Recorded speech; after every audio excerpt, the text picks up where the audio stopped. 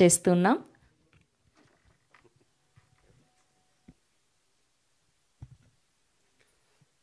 Good morning everyone.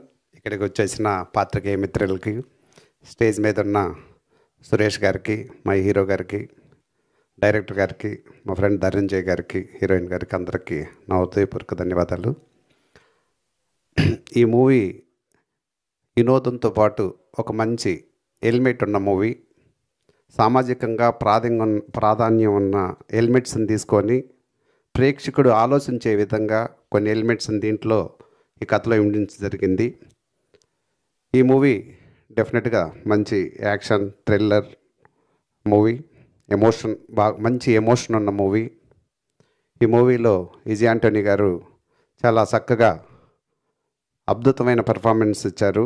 ఇప్పటివరకు hero గారిని భిక్షగాడు విజయ్ ఆంటోనీ అంటారు.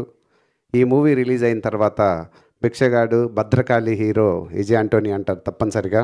అంత హై పిచ్లో మూవీ స్టార్ట్ అయిన దగ్గర నుంచి వితిన్ 10 to 15 minutesలో ఆడియన్ ఆ మూవీలో ఇన్వాల్వ్ అవటం జరుగుతుంది.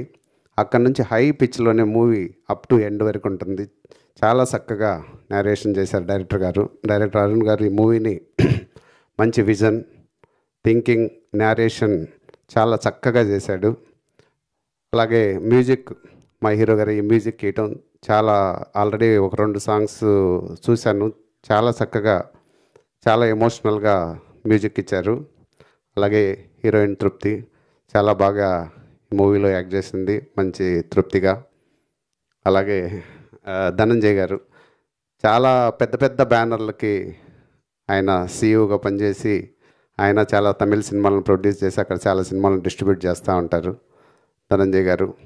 అలాగే ఈ మూవీని నెక్స్ట్ లెవెల్కి తీసుకెళ్ళడానికి మా టీం అంతా ఏషియన్ సురేష్ ప్రొడక్షన్స్ ఇంతకుముందు మార్గన్ తోటి మా 3 బ్యానర్లలో ఈ మూవీని రిలీజ్ చేయటం చాలా సక్సెస్ఫుల్గా రన్ అవుతుంది.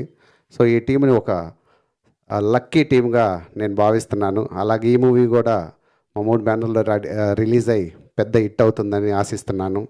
సురేష్ గారు ఇలాగే ఫ్యూచర్లో కంటిన్యూ చేయాలని ఆశిస్తున్నాను సార్, తప్పనిసరిగా.